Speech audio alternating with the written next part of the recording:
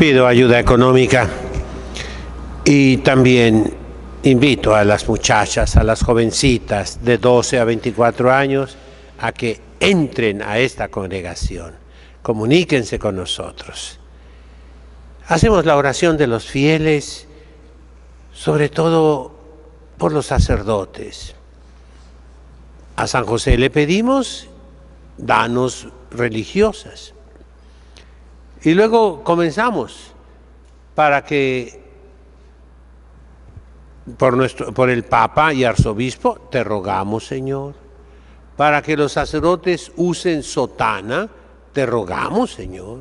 Para que los sacerdotes no bailen en el altar, te rogamos, Señor. Para que los sacerdotes obedezcan lo que está escrito en el misal y celebren la misa de espaldas al pueblo, porque eso es lo que está escrito. Aunque muchos malos pastores no quieren obedecer lo que está escrito en el misal antiguo y en el misal nuevo. Te rogamos, Señor. Y luego decimos, para que no desaparezca el rito tradicional, te rogamos, Señor. Hoy quiero hablarles a los sacerdotes, sobre todo a los sacerdotes, repito, ancianos, enfermos, desanimados, desalentados, ya sin ideales, que hay muchos sacerdotes así en el mundo entero. Y les quiero dar un secreto. En las clases de arameo que estoy dando a las monjitas, la lengua de Cristo nuestro Señor, ¿verdad? Vienen algunos ejemplos de fábulas y habla de los animales más sabios que existen, ¿no? Y ahí pues habla de la lagartija, habla de las hormigas y habla de las abejas. ¿Por qué las abejas son sabias? Cada animal es sabio por diferentes motivos, ¿verdad? Díganme ustedes, ¿por qué las abejas son sabias? Porque dan dulzura, dan miel y dan la cera para las velas. Hasta la noche de la Pascua, la noche santísima de la resurrección de Cristo, la Iglesia alaba a las abejas, que producen la cera, que nos da luz y que simboliza a Jesucristo nuestro Señor. El cirio es Cristo nuestro Señor, eterno, verdadero Dios, verdadero hombre, que es el principio y el fin, por el cual se hizo el universo. Y utiliza un nombre que ahora nos parece terrorífico. Lucifer es el nombre de Jesucristo nuestro Señor, Después se le aplicó al demonio para dar a entender que era el ángel más hermoso, más bonito que Dios había creado, pero que se le subió la soberbia y el orgullo y quiso estar en lugar de Dios. Pero el auténtico nombre significa el que trae la luz, lucem ferens, el verbo fero, fers, ferre, tuli, latum, y luz, lux lucis. Entonces, ¿por qué? Volvamos. La abeja es sabia porque produce miel abundantísima, de sobra, en exceso. ¿Para qué? Para otros, para el ser humano y para otros animales. Es generosa, es trabajadora, es dulce. Puede picar, claro, pero normalmente si cuidas las abejas, las tratas bien, no te pican. Y van de flor en flor. Y fecundan, hacen posible que haya fruta. El sacerdote quiere ser entusiasta, ideal, joven, dinámico, celoso, celante, apostólico. Quiere ser evangelizador. Quiere tener la juventud de Cristo nuestro Señor. Fíjense, ¿a qué edad murió nuestro Señor? A los 33 años, en plena juventud. Y nos dicen los santos, los teólogos antiguos, que vamos a resucitar todos de la edad de 33 años. Eso es una, diríamos, tradición católica, cristiana. No es un dogma de fe, no. Pero sí, qué hermosa edad, los 33 años. El sacerdote debe ser siempre joven. Y joven es, lo repito y lo repito, la persona que tiene proyectos, ideales, planes, que está trabajando, haciendo algo, proyectando algo para el futuro. Y el sacerdote que no se da, que no se avienta, que no se entrega, se pone triste. Se pone triste. Porque la vocación del sacerdote es como la vocación de María Santísima y en cierto modo como la vocación de toda mujer. Perdónenme esta comparación, ¿verdad? La mujer es un don, es un regalo, es una hostia. ¿Por qué no debe haber sacerdotisas, mujeres sacerdotes? ¿Por qué no? ¿Por qué no debe haber diaconisas? ¿Por qué la Iglesia usó ese nombre, pero no el sacramento? Nunca usó el sacramento para las mujeres, el sacramento del orden, en su escala de diaconado, no. ¿Por qué? Porque en el santo sacrificio de la Eucaristía, de la Santa Misa, mis queridos hermanos, tanto es Cristo el que sacrifica, el que celebra, y tanto es Cristo el que es ofrecido, el que es sacrificado. Y al varón le toca ser el sacrificante, el celebrante. Esa es la tradición de la Iglesia. ¿Y a la mujer qué? A la mujer le toca ser la víctima, la hostia. Eso significa hostia, lo que se ofrece. La mujer es feliz. ¿Cuándo? Cuando se da. Permítame algunos ejemplos, y apliquémoslo a la Santísima Virgen María primero, después al sacerdote. Una mamá que está en la cocina, alegre, contenta, les va a hacer a sus hijos, no sé, un pastel o un guiso para su esposo. Canta esa mujer. Baila en la cocina, de la estufa al refrigerador, al lavadero y acá y allá los ingredientes, prende el celular para ver las recetas. Hablo de una mujer moderna, pero está feliz.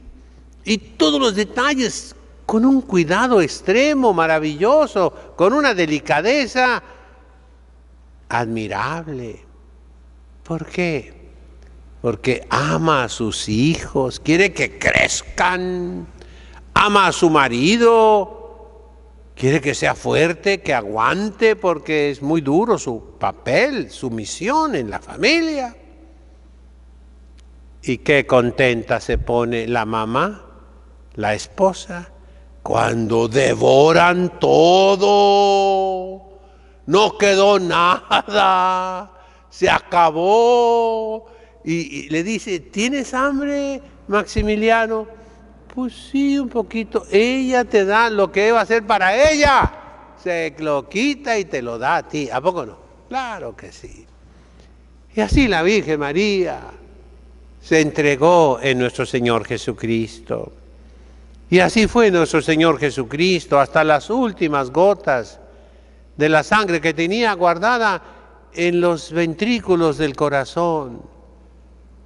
La dio, sangre y agua. Y así el sacerdote. ¿Cómo se entrega el sacerdote? En el ministerio de la palabra, predicando. Muy bien, maravilla. Pero a veces no puede predicar. Por muchos motivos, hijos. A veces porque no hay tiempo. Otras veces porque pues no se siente preparado. Otras veces por otros motivos de miedo, de timidez. Lo asustan los fieles, horrorosos, ¿verdad? Pero hay otros modos de entregarse. Y el primero son los santos sacramentos, en abundancia. Sacerdote, ¿quieres ser feliz? ¿Quieres ser un hombre ya bienaventurado aquí en la tierra? Ponte a confesar, siéntate a escuchar a tus fieles que vienen con sus pecadotes o pecaditos, con sus problemones inmensos o problemitas. Tú eres el Padre, tú eres el juez, tú eres otro Cristo y los escuchas. El sacerdote que confiesa todos los días después de las misas y que está siempre dispuesto a confesar a los enfermos, a quien sea,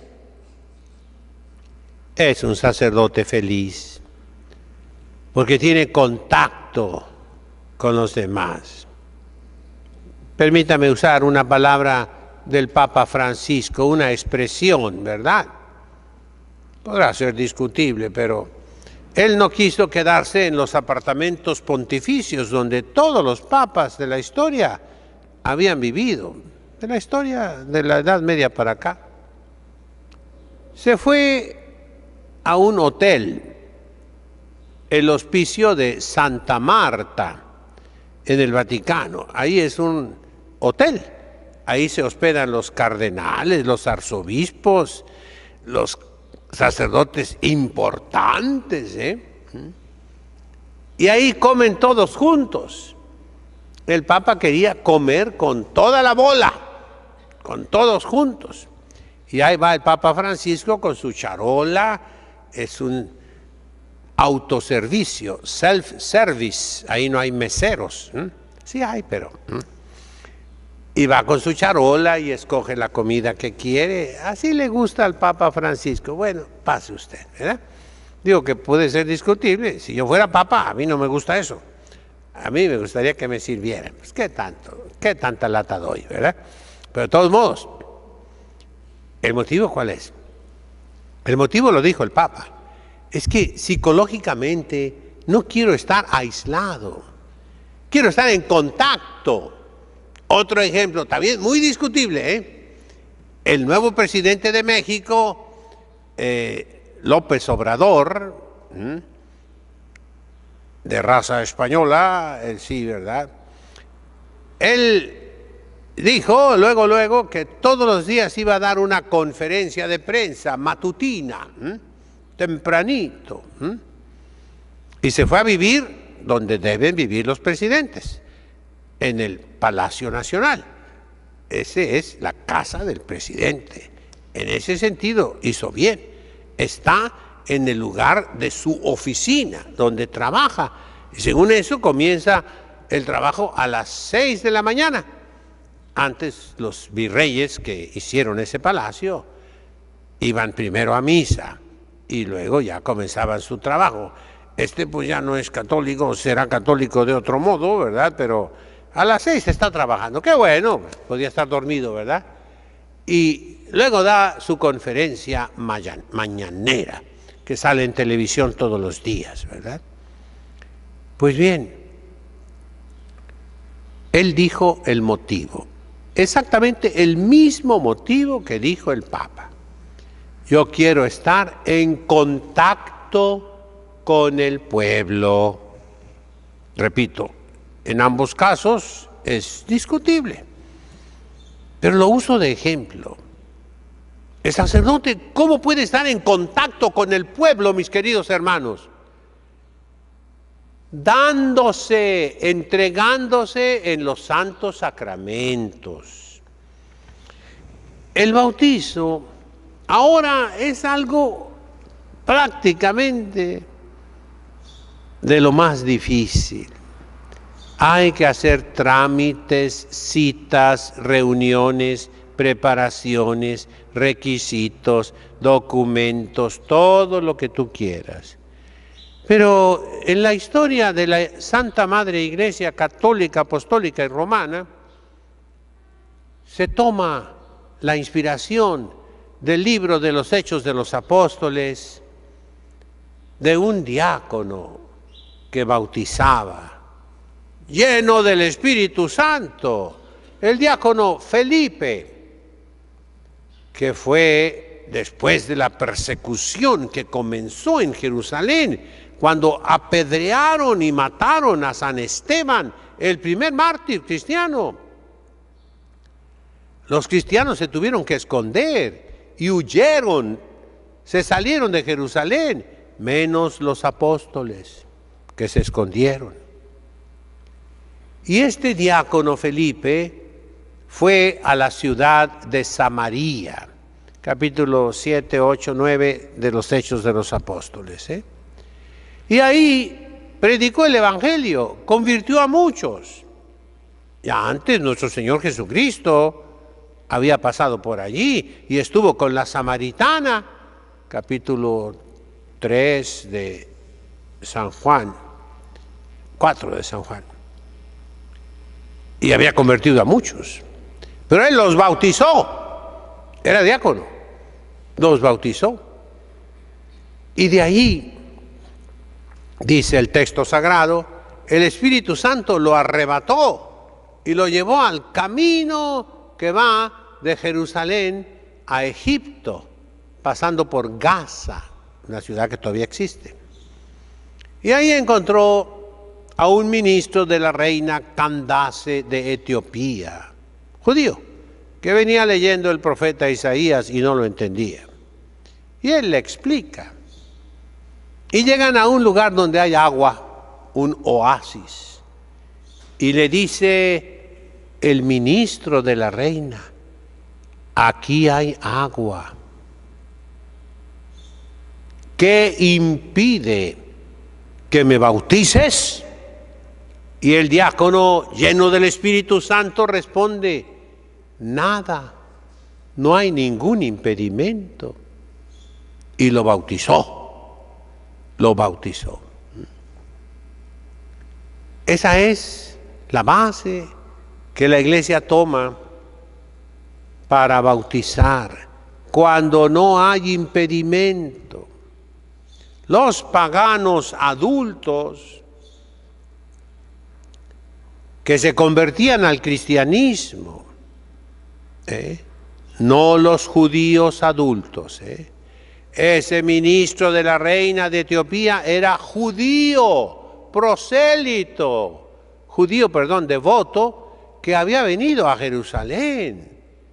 ¿A qué? A la Pascua, a Pentecostés, y regresaba. Estamos unos pocos días después de Pentecostés. Y los judíos ya tienen toda la preparación. ¿Cuál era la preparación del catecumenado antiguo? El libro del Eclesiástico de Ben Sira, de Siráside, que es grande, es una catequesis maravillosa. Con eso catequizaban a los paganos, por eso los judíos en el concilio de Yamnia lo quitan del canon de la Biblia, con el pretexto de que no estaba escrito en hebreo.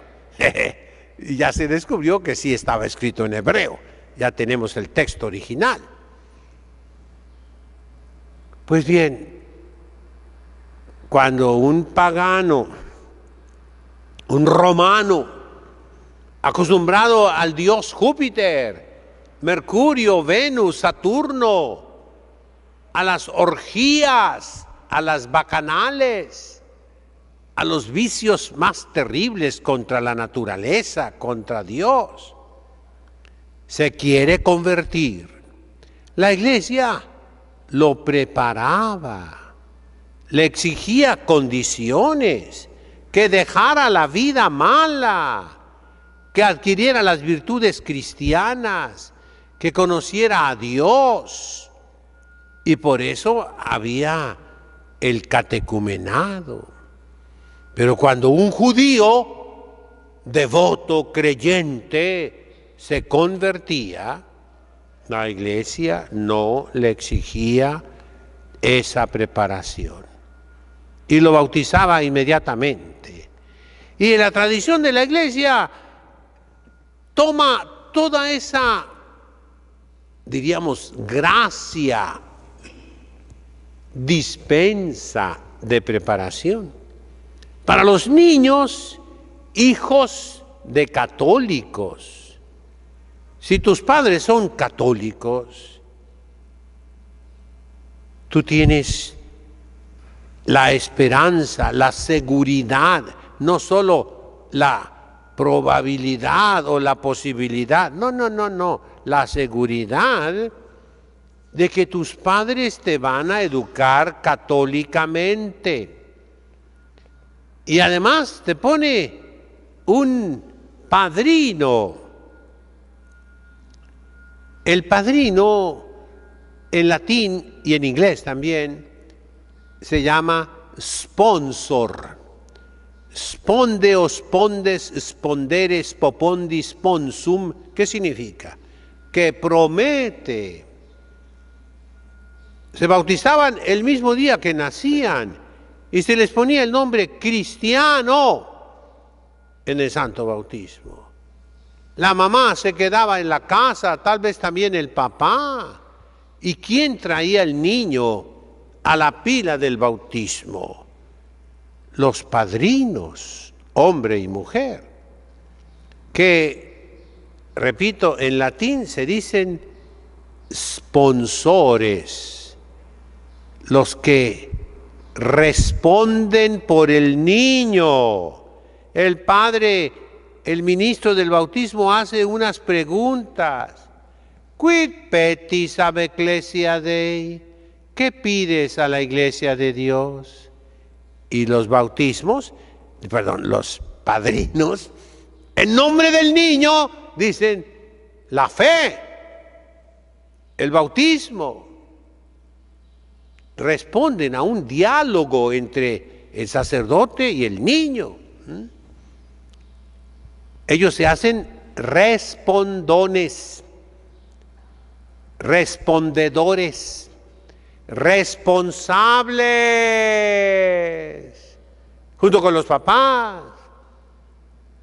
Aún el rito nuevo del bautismo, la reforma de Pablo VI, dice, cuando entregan la vela encendida, a ustedes, padres y padrinos, les confío el cuidado de esta vela, de esta luz, para que este niño que ha sido ya bautizado continúe y llegue hasta el día de su muerte con la vela prendida y no se le apague. Entonces, la tradición de la Iglesia ha sido que el bautismo a los niños católicos, de familias católicas, se da inmediatamente, en cualquier momento. Máxime si está enfermo el niño o en peligro de muerte. Pero la norma era siempre que se bautizan los niños cuando vienen a la iglesia. Antes de los 40 días, antes de los 8 días. Lo dice el canto mexicano de las mañanitas. Estas son las mañanitas que cantaba el rey David, hoy por ser día de tu santo. ¿Y el santo qué era? Lo explica luego. El día en que tú naciste, ese es el día de santo, es el cumpleaños. Nacieron todas las flores y en la pila del bautismo cantaron los ruiseñores, porque el niño se bautizaba el mismo día que nacía. Y de ahí salió un proverbio mexicano, español. Primero comer que ser cristiano. Y no se refiere a esos viejos gordos que no quieren ir a misa y se ponen a comer. Primero comer que ser cristiano. No, no, no. Se refiere al bebé recién nacido, que la mamá le da el pecho, le da leche antes de bautizarlo. Primero comer que bautizarlo. Pues claro, por sentido común. El niño está llorando, tiene hambre, la mamá le da leche y ya luego lo llevan a bautizar. Pero es el mismo día que nació. Y no se ponen requisitos, que vengan a cursos bautismales, que hagan un catecumenado, que hagan no sé cuántas condiciones, ni documentos. Así era la iglesia, mis hermanos. Después de la Revolución Francesa, cuando los registros eclesiásticos fueron nulificados por los gobiernos anticatólicos en todo el mundo y que se exigió la boleta de registro civil. Pero un buen párroco, un párroco consciente, no exige eso, lo pueden traer después. El nombre se impone en el bautismo, no en el registro civil. Pero eso no lo entiende nadie por ignorancia. Ignorancia de los pastores, ¿eh? Un pastor ignorante es un pastor malo. No. Entonces, este ejemplo del bautismo es para animar a los sacerdotes. Cuando yo era seminarista, estuve bastante tiempo encargado de los bautizos. En el seminario buscaban muchachos que tuvieran buena letra. Y en aquel tiempo yo, según eso, tenía muy buena letra, la letra Palmer. Mi mamá me hacía hacer muchísimos ejercicios de caligrafía. Kalos significa bello, hermoso, grafein, escribir. Y escribía bonito. Y entonces escogían entre 120 muchachos los que más o menos teníamos buena caligrafía para los bautizos. No, pues era una cosa muy bonita. Todos los días había bautizos. La gente llegaba, los padrinos, los papás casi nunca, Había 30, 20 bautizos diarios aquí en Tijuana, en esas iglesias de aquel tiempo. 1959, 1960, 61, 62. Y hacíamos la boleta del bautismo y registrábamos en los libros y ya llegaba el padre, los bautizaba y después del bautismo ¿qué había? Bolo, bolo. Los niños siempre estaban afuera y los padrinos aventaban monedas a los niños. Era una fiesta el bautismo. Y al seminarista no le aventaban, le daban un billetito. En aquel tiempo aquí en Tijuana no se usaban los pesos mexicanos, se usaban los dólares norteamericanos. Y el billete más chiquito era de $1, a veces de $2, alguna vez $5. Cada padrino te daba. Tú no te ponías así, no. pero te buscaban, seminarista, toma, toma. No, pues yo, feliz de la vida, salía con las bolsas llenas. Y todos mis compañeros, teníamos una tiendita ahí en el seminario. Isidro, Isidro, dispáranos. ¿Cómo no? Vamos, pan dulce para todos, ¿no? Bueno, para los que se acercaban, ¿eh? Era un relajo, ya tenía que correr yo, ¿eh? Pero todos los días había bautizos. Y el sacerdote feliz, contento, porque daba estas dos pequeñas cosas para comenzar. Es una receta para que los sacerdotes sean felices aquí, en medio de las enfermedades, incomprensiones, problemas, tiranías, dictaduras, escaseces, pobreza. ¿Quieres ser un sacerdote feliz? Métete a confesar siempre, antes y después de misa, y da los sacramentos. No los prohíbas. Acuérdate de Jesucristo nuestro Señor, que dice: dejad que los niños se acerquen a mí y no se lo impidáis, porque de ellos es el reino de los cielos. Por ahí comencemos. En nombre del Padre, del Hijo, del Espíritu Santo. Amén.